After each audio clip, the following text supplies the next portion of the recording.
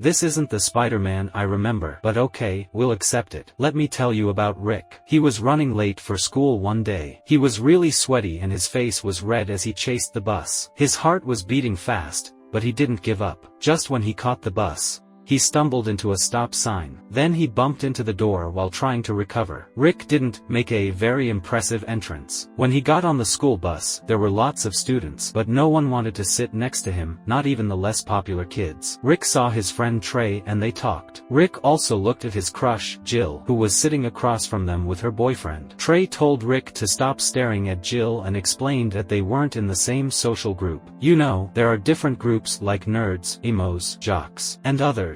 Unfortunately, Rick wasn't part of the popular group. Rick's class went on a field trip to a science lab that changes genes. While they were there, Rick saw Jill talking to a bird. He went over to join the conversation but ended up embarrassing himself. He thought he might have better luck with another bird. He tried to take a photo of it, but the science guy said no flash photography. Rick's flash accidentally went off and the bird suddenly caught fire and burned. It turns out the bird was sensitive to light due to its genetic changes. Jill looks around, but like everyone else, she doesn't see it at first. There's a fire that needs to be put out. Rick tries his best, but accidentally throws it at Joe's boyfriend, Lance. Lance gets angry and tries to start a fight with Rick. Jill steps in to help Rick. Balance, who wants to fight Rick, gets ready to punch him, but someone stops Balance. It's the boss of the science company, who Lance knows as Uncle Lou. After calming down Lance, Uncle Lou greets the students and coughs into a napkin. There's blood on the napkin. Rick notices and asks if Uncle Lou is okay. Uncle Lou says it's not a big deal. Rick introduces himself properly, and Uncle Lou remembers Rick's parents. He asks about them, but Rick sadly reveals that they passed away. Now we see some special dragonflies called super dragonflies. Jill notices one is missing. It flies over to Rick while he's struggling with a raccoon. The dragonfly bites Rick. It's not a spider,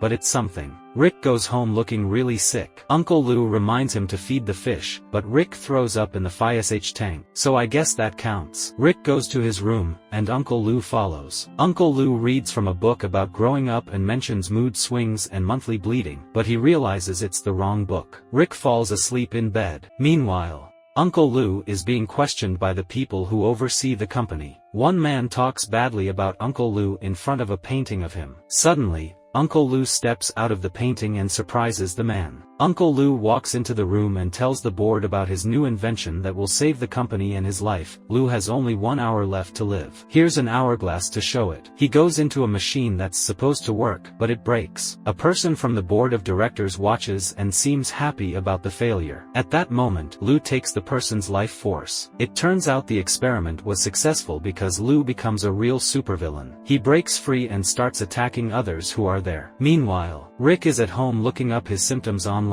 He gets a friend request from Professor X who claims to have answers. Rick thinks about his dad and can't believe he's gone. Later, Rick and his classmates go to a science fair where Stephen Hawking is a special guest. He talks about being depressed because he can't do things like walk. This surprises everyone. Rick walks in slow motion and accidentally bumps into Lance. Lance warns him to be careful. Rick's hands become sticky and hairy. He smacks Lance and they start fighting in slow motion. Rick ends up crashing into Stephen Hawking. Chaos breaks out and Rick runs away. He climbs walls and comes up with an idea. He sees an old lady in danger and pushes her out of the way of a truck. People applaud him, but then he realizes he pushed her and her dog into a wood chipper. When Rick goes home, his uncle greets him sharply. Luckily, he catches it with the help of his uncle. Lambert and Trey are really surprised, but Rick explains that it's not as hard as it seems. He says Albert tests the idea by shooting Trey, who reacts slower.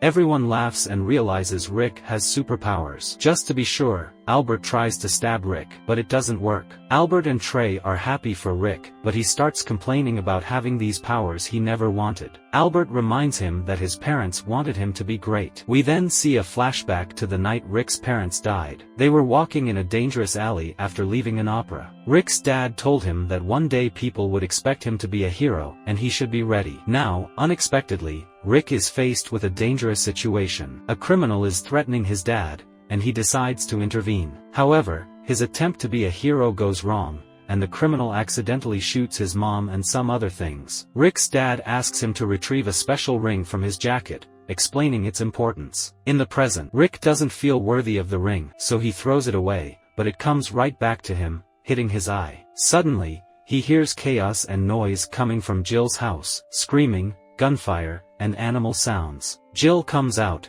and they talk briefly. Lance arrives in his car, interrupting them. Jill suggests that Rick could give her a ride sometime, and as Rick looks at his car, he realizes it has transformed into a bicycle. And now it's disappeared. Jill looks away. Oh, look, some birds. They're flying away. Rick goes back into his room. He gets a message from Professor X again, but this time, it's a video. Professor X wants to help Rick train, but the video starts having problems. Rick can't understand what he's saying. Something about erasing his internet history. After the call, a pop-up ad shows up about a car loan. Rick is annoyed because he doesn't really want that. He goes to the bank to get the loan, but they say no. Rick tells them he really needs it, but they don't care. At that moment, there's a gunshot. Someone is robbing the bank. Rick and his friend try to escape, and so does the robber. The robber struggles with the door. Rick helps him, just like he had the same problem before. The bank teller is mad. Rick replies with a sassy comment. Just then, 2 gunshots sound outside. Rick goes out and sees a crowd around something. It's actually a very talented monkey. Rick feels relieved, but then he notices his uncle Albert on the ground. He rushes over. Albert talks about responsibility and then the paramedics come. Meanwhile, Mr. Landers looks bad. His health signs are all messed up. His assistant comes and he takes her life energy to feel better. He hides her in a cabinet, but the janitor comes in. The janitor seems sassy in his thoughts. Back to Rick. After visiting his uncle in the hospital, he meets Professor Xavier. He can read minds and proves it to Rick. They play a game with numbers, but Rick accidentally says the number out loud. The teacher thinks to himself that he doesn't get paid enough for his job. Professor X takes Rick to his school for kids who are really good at things. They see some strange and classic mutants on the way. They look around the school and the professor changes his wheelchair for something more comfy. The professor tells Rick that he could be the best of all the kids there, but Rick says he can't even fly. Later, Rick and Professor X meet the professor's wife. She thinks the professor did something bad and gets mad. She fights an invisible girl she found in the professor's room. Then, she brings out their kids to make the professor feel ashamed. The wife is upset because they just had a new baby and she's sure the professor did something wrong because the baby can move things with its mind. The baby uses its powers to throw the professor away. Without Professor Xavier, his wife tells Rick that the secret to being a superhero is having a costume. Rick starts designing one. He finishes it and shows it to Trey. Trey likes it, especially because the fabric lets air through and you can see through it. But Rick didn't realize it makes him unable to see or breathe properly. He fixes the problems and prepares to pose on a gargoyle. They realize it's a spot someone else usually uses, but they agree to share it. They talk about their powers. One guy can set himself on fire, but he gets hurt. Rick gets a job taking pictures for a newspaper about Dragonfly. His boss thinks the pictures are taken by Dragonfly,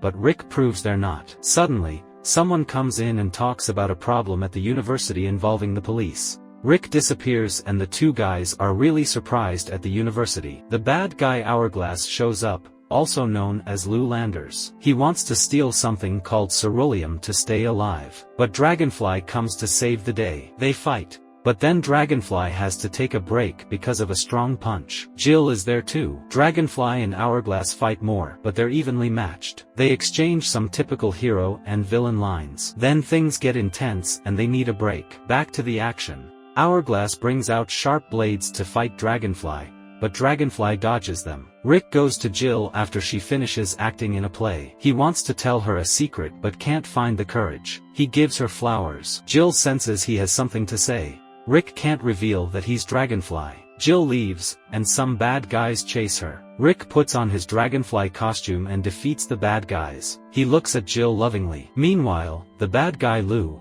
with the help of a machine maker, comes up with an evil plan. He wants to do something bad during Thanksgiving. Rick invites Jill over, and they talk about their relationship. Lance, Jill's boyfriend, shows up with Lou. Rick arrives late, and there's a funny situation with Lou in his room. Rick manages to avoid Lou multiple times in clever ways. In simple words, a guy named Rick turns into a superhero called Dragonfly. A bad guy named Hourglass wants to steal something to stay alive.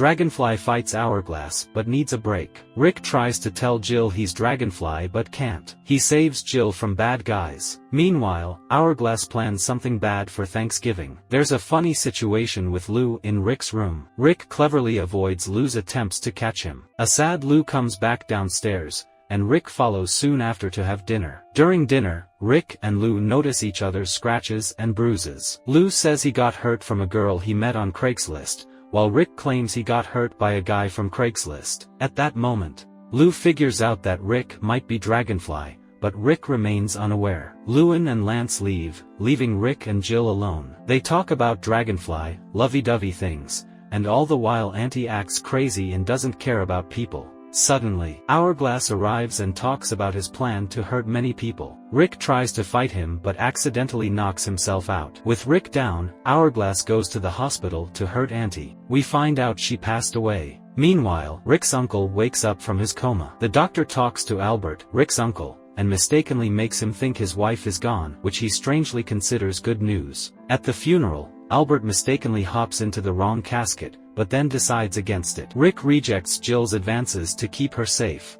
Rick becomes really sad for about 3 hours and grows a beard. But then, Uncle Albert and Trey cheer him up. Albert gives Rick his father's ring and reminds him of the important words on it, like honor, dignity, and bravery. Rick decides he wants to be a hero, but he doesn't know where to start. Then, a TV turns on, showing a convention where many people will be. Rick thinks this might be where Hourglass is planning something evil. Rick goes to a place and guess who's there? Lou. Rick tells Lou that the Hourglass must belong to someone at the event. Lou thinks it might be the Dalai Lama because he saw him with something called Cerealium. The Dalai Lama is supposed to speak next. But when the lights go out, dragonflies appear on stage and hurt the Dalai Lama. In all the chaos, the real owner of the Hourglass takes it and runs away. The Dragonfly chases after him and ends up in a place where heroes are meeting. That's lucky. The Hourglass guy uses a powerful chair to cause destruction and drops some debris on the Dragonfly. He tries to hit the Dragonfly with sharp blades, but someone named Jill saves the Dragonfly and takes the hit. The Hourglass guy leaves and the Dragonfly is hurt. He talks to Stephen Hawking, who says some inspiring things. This helps the Dragonfly. He goes to the roof, grabs the Hourglass guy, and gets some special energy that heals Jill. She wakes up and they try to escape. The Dragonfly goes after the Hourglass guy, who has only 10 seconds left to become immortal. But wait, does that mean many people have already died?